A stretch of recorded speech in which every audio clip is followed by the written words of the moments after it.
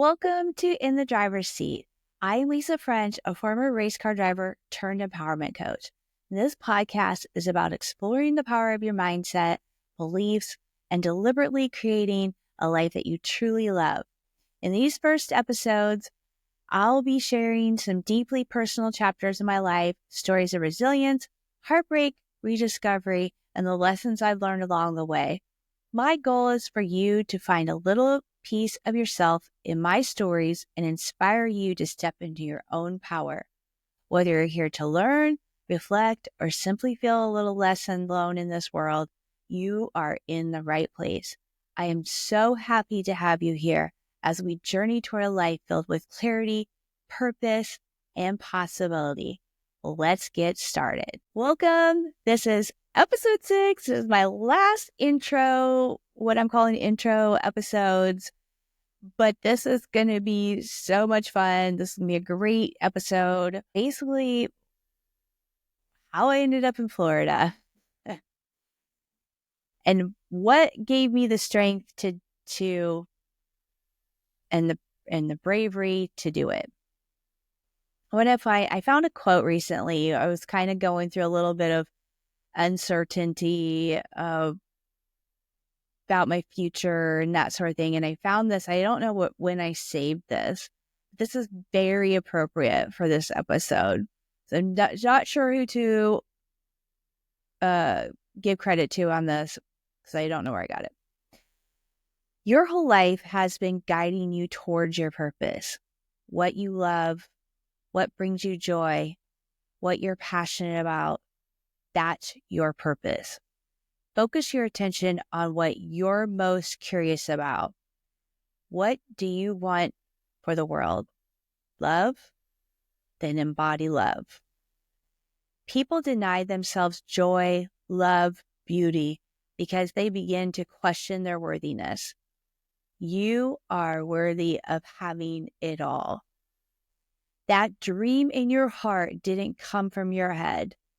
It was inspired and placed in your heart by your soul. You wouldn't even have the dream in your heart if it wasn't possible for you. You are here to live it and experience it truly. Be present. There is power in this moment. Let the next perfect step come to you. And that is exactly how I lived my life in the moments that brought me here. I lived absolutely in the present. I lived absolutely with just setting intentions and taking the next step, and everything came to me. So this is how it all started. My youngest child graduated in 2015. And I will never forget, I was in my employee annual evaluation and my boss, it was the greatest leader. He looked at me and he said, "So your daughter graduated. Now what does Lisa want?" And I felt really seen in that moment. I felt he knew my own drive, that I was always going to look for the next thing. Not necessarily, I wasn't certain that I was leaving there, but I knew I needed something different. And he was really great about taking less like little tasky things that didn't mean a whole lot for me to do. Like it didn't matter if I did them or somebody else did them. And then finding things that were tapping into my strengths. How could the organization utilize my strengths? I loved that. Loved it.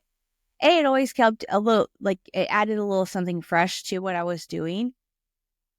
But at the end of the day, there was no more upward movement for me inside the organization unless I really drastically changed my role, which then also was going to require education that I didn't have. So in the fall of 2017, so I struggled with this for a while. I thought about, I was an executive assistant and CEO of the small hospital where I lived. And I thought, I looked about at, do I go to back to like closer to my hometown? Because my daughter actually, where she was going to school was in Iowa City. She was living with my best friend in Iowa City, which was very close to my hometown. So I thought, and I loved going back there to visit because it always made me feel really grounded. But then I thought, I don't want to lose that. I don't want to lose being there in my hometown, having access to it all the time or whatever, make it lose that feeling of being grounded. I wanted to have that to always feel that when I went there, not to get used to it. I thought about, do I take a corporate type job in Des Moines and work, become some bigger organizations, administrative or executive assistant there? And that just felt really gross. I didn't want to do that because where I was working, they were very great at making you feel appreciated. I always felt appreciated. I always felt valued. And I just struggled because I knew that finding what I had there was going to be difficult. So back to where I was saying, in the fall of 2017, the house I was renting, my landlords, they were originally they had moved shortly after moved into the house, they moved out of state. But parents of the husband, the owner, they lived there. And so anything time I needed something, there was family members there to take care of whatever I needed for the house. He reached out to me saying, I'm really sorry. You've been a wonderful renter, but we need to sell the house because we're moving even further away. And I thought, oh no. Because I just knew in my heart I wasn't going to be in Knoxville the next year, Knoxville, Iowa, where I lived. But I didn't know where I was going to be. I didn't know where I was going. I just knew that because I didn't know what I was going to do for work. I didn't know what my next step was going to be. And I even had a friend who had a rental that I knew was open. And I asked her if she would do a 6-month lease for me. And she said, yeah. And I still wouldn't pull the trigger. I'm not sure why. I brought a bunch of boxes home from work and I packed up my summer shoes, sandals, whatever. That's the only box I packed. And I decided I'm just going to let it go. I'm not going to worry about it anymore because I don't need to figure it out. The answer will come to me. And everyone just kept telling me, oh, that house is going to sell super fast, blah, blah, blah. I did have a friend tell me that if worst came to worst, I could stay in their basement for a period of time until I figure out where I was going. And I just stopped worrying about it. I was like, it'll all sort itself out. And I had this sign on the top of my bedroom mirror, and it said that I had made, and it said, let go and let God. And I just decided that's what I'm going to do.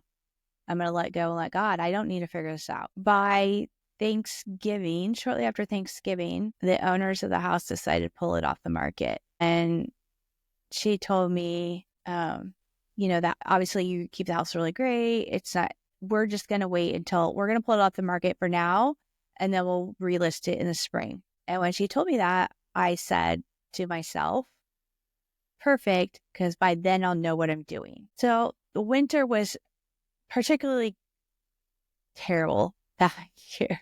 My birthday's in January. I remember it was absolutely horrible birthday for me. I was in this funky mood, very unlike me. I didn't want to do stuff. I just watched TV all the time, which I never do. People had asked me to go hang out, and I didn't want to. It's just, and I kept thinking, what's wrong with me? And shortly, I think maybe by February, I was on a dating app, and I met a guy who was from Omaha. So 2 hours from me. But he would come through the area because his mom lived in Eastern Iowa. So we'd met and we'd have dinner or whatever, and a couple times. And maybe it was during the second time we got together that he made a comment about he didn't know if he could ever leave the Midwest. And when he said that, I felt it in my chest. I felt it. Like, what are you doing? Like, my entire life, I felt I was going to live in the South. I did not like the winters. And I thought, why wouldn't you get yourself to where you want to be? Because how irresponsible is it to possibly fall in love with somebody and then you're not where you're itching to get out of here. That's not cool. You need to, I need to get to where I want to be, wherever that is, or at least at somewhere warmer, a warmer climate, before I even think about dating. And I was also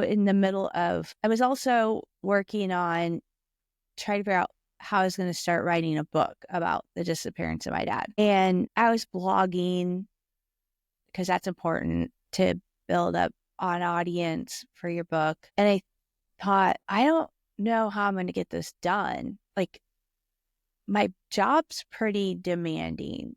Like, when I'm there's a lot going on. Some days can be pretty stressful. And so the last thing you're going to do when you get home or on the weekend is write, especially something that requires a lot of research and is emotional. So I started thinking, I'm going to go on a writing retreat. And that's what it started as. I started looking and I thought, well, where would you go? Well, you could go anywhere. Where would you go? And I thought, well, I always loved Florida from when I experienced this with racing. But I was like, well, I've been to the central part a lot. Why wouldn't you go to a different part you've never been? And I thought, I know of people who have been to the Panhandle and their pictures always look really pretty. The beaches look fantastic. Maybe I should check that out. And there's a kind of a little twist to how I ended up picking Panama City Beach. But when people ask me how I picked it, I'm like, I don't think I really picked it. I think it's just where I was supposed to be. And so that was in March of 2018 by the time I made that decision. So I went to both my children by this time are now in Tulsa, Oklahoma. I went down there for my daughter's birthday and told my children, that I was moving to Florida in like 6 months or less than 6 months at that point. So I just spent 6 months basically researching and trying to figure out about the area. But even in the beginning, leaving my job was the hardest part of the whole move, because I knew that I would never have a boss like the boss I had. Just all the people in the organization, all administration, I just adored all of them, and the whole organization was great. The purpose for their mission. So I asked for a sign. I said, God, you know that I really love my job, and it's a really big deal for me to leave there. So if this is the right move for me, give me a sign. And the next day, I was standing in my kitchen, had my phone, and I'm on Facebook doing the whole scrolling thing. And I was in this group, this Abraham Hicks. If you watched my previous episode, it was a group that was just kind of a group of people from all over the world who shared stuff about what they learned with Abraham Hicks or things related to the teachings of Abraham Hicks. There was definitely over 200,000 people in this group. I bet there was closer to 300,000. And I saw this flash of a picture that was a beach. There's water, beach. And I stopped scrolling. And I thought to myself, what if that was in Panama City? What if that picture was Panama City Beach? And I immediately thought, there are so many people in this group from all over the world. What are the chances that that picture was taken in Panama City Beach? And I scrolled back to find that picture in my feed, and it was a guy taking a selfie with he was on the beach with the water behind him, the famous green water, Emerald Coast in the background of Panama City Beach. I was like, oh my word. And I thought, oh my gosh, that's my sign. And I started to tell this guy, I started to comment, oh my gosh, I'm thinking about moving there. Because at this point in time, I'm like, there's still a chance. I haven't quit my job yet. So I'm thinking there could be something comes up that makes me change my mind. And I saw this guy again care. Why am I telling a stranger? I might be moving there. So I just loved the post.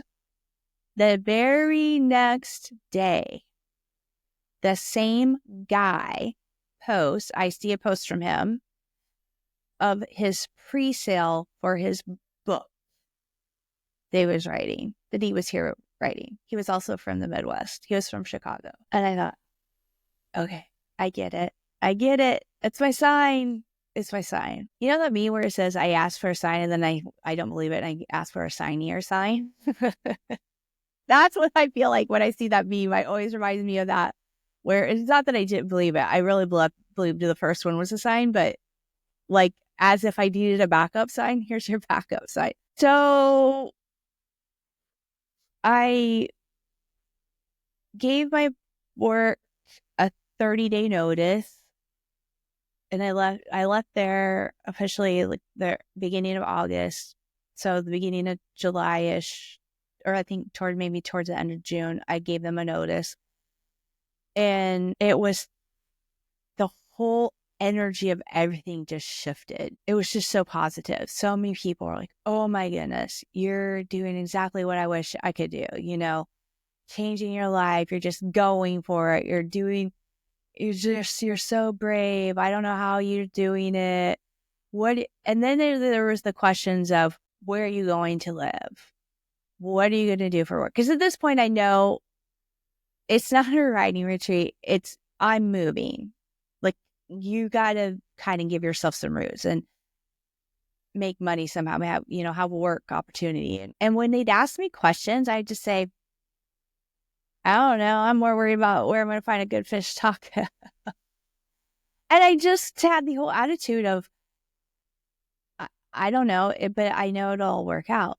Everything's going to be fine. And then I'll never forget the hospital board president. She stopped to talk to me and just kind of, give me well wishes and whatever. And she said, well, you know that if for some reason things don't work out and you need to come back, you've made a good enough reputation and name for yourself here that people would take you back in a heartbeat. Like, you would never have to worry about, I guess, like coming back and getting a job or whatever. And then just that made me feel really, really good, knowing that I do have a safety net. Like, I did a good job here when I was here, living here and working various jobs and getting to know people in the community.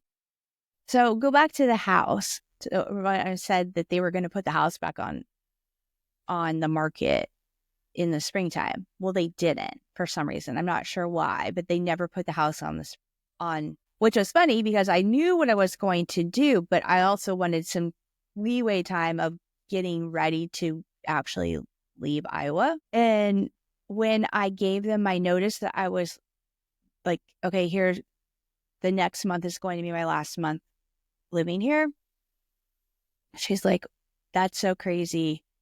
God works in really mysterious ways, because we were just thinking we needed to find a single level home, which is like what I was living in, what I was renting from them, for their aging parents. So basically, they didn't sell the house when they put it on the market in the beginning.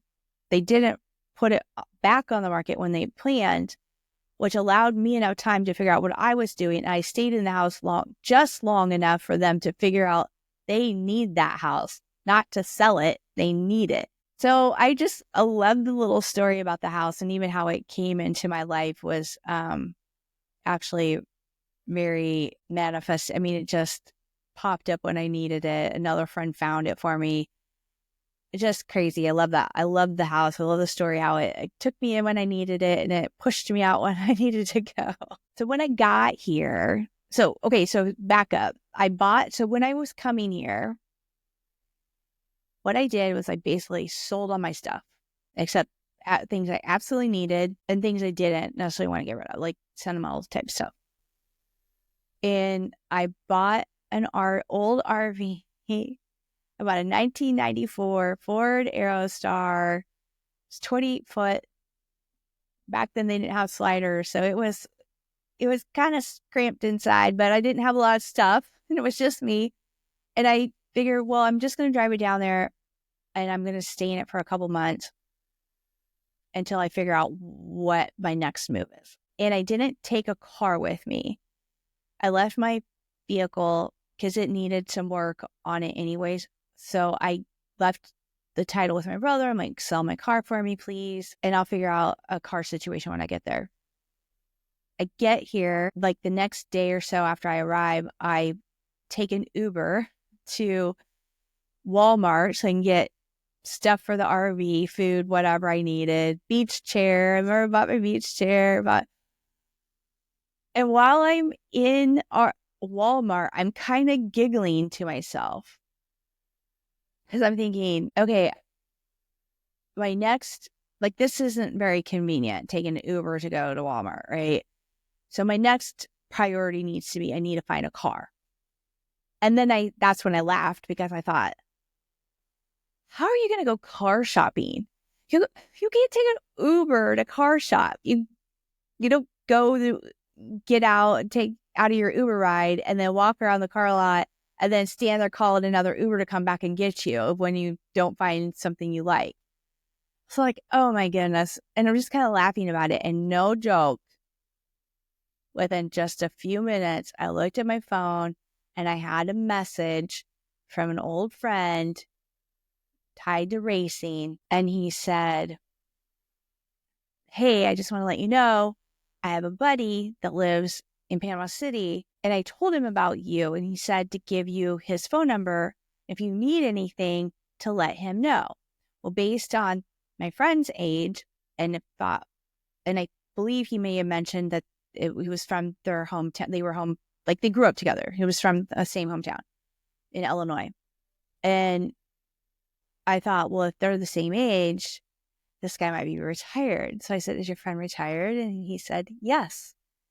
I said, perfect, because I need someone to take me car shopping. And that's how I found somebody to take me car shopping. Everything just fell into place. I didn't have to know how it was going to work out. I didn't have to drive myself crazy working out all the details and planning. It just happened. Also, not very long after I arrived, one morning I was walking on the beach, I kind of was asking myself, like, okay, how am I going to meet people in the community and people that I would want to meet, like community leaders or business leaders or whatever. And I thought, because of my history with being on a board of directors for the Chamber of Commerce in Iowa, in Knoxville, I thought, well, yeah, just join the Chamber of Commerce. And I was already following them on Facebook. And I get back to my RV, get on my laptop, reach out to them. And next thing you know, I'm becoming a member. And people are asking me about writing. And then people are asking me about doing virtual assistant work. And so it's just, I don't know. I just don't know. It's funny because kind of this new chapter, what I'm embarking on here with this coaching business, there's a part of me where I had this kind of imposter syndrome, and I think, how do I recapture what I did when I moved here? And everything just fell into place. Like, I believed so much in it that this was exactly what I was supposed to be doing, that I just drew all the things into my life. I went on a private plane ride within 8 months of me being here to see one of my best friends from Iowa was down south of Tampa. And I was dreading driving, but I thought I'm just going to make it fun. And the night before I'm leaving to drive down there, I get offered a plane ride because a group was heading from here to there, to Tampa, and then gave me a ride back. I don't know how to explain it. Everything that's the way it worked out. And that's what I want to teach everyone I can. I want everyone can do what I've done in my life. Everyone can make good things happen and create a really beautiful life and a fun life and have fun at life. And I don't know, I can't wait to really get started on this whole journey of sharing not only what I've literally learned, and I said, like in episode 5, I was just curious about so many things, and I was reading so many books and watching shows and whatever I could soak up. I was learning about it. How law of attraction or manifest, whatever you want to call it, it doesn't even matter. Even if you want to say universe, you want to say God, you want to say divine spirit, I don't know. But I absolutely have had repeated evidence of it showing up in my life. So if this episode resonated with you, if you're excited to hear more about how you can also create a life that you truly love with simple techniques, with mindset and feeling joy in your life, being truly happy, please subscribe, like my channel, whatever, comment, share it with other people. Find me on social media as well. I'm on Instagram and Facebook, with my name, Lisa French. This was the last episode of these intro stories.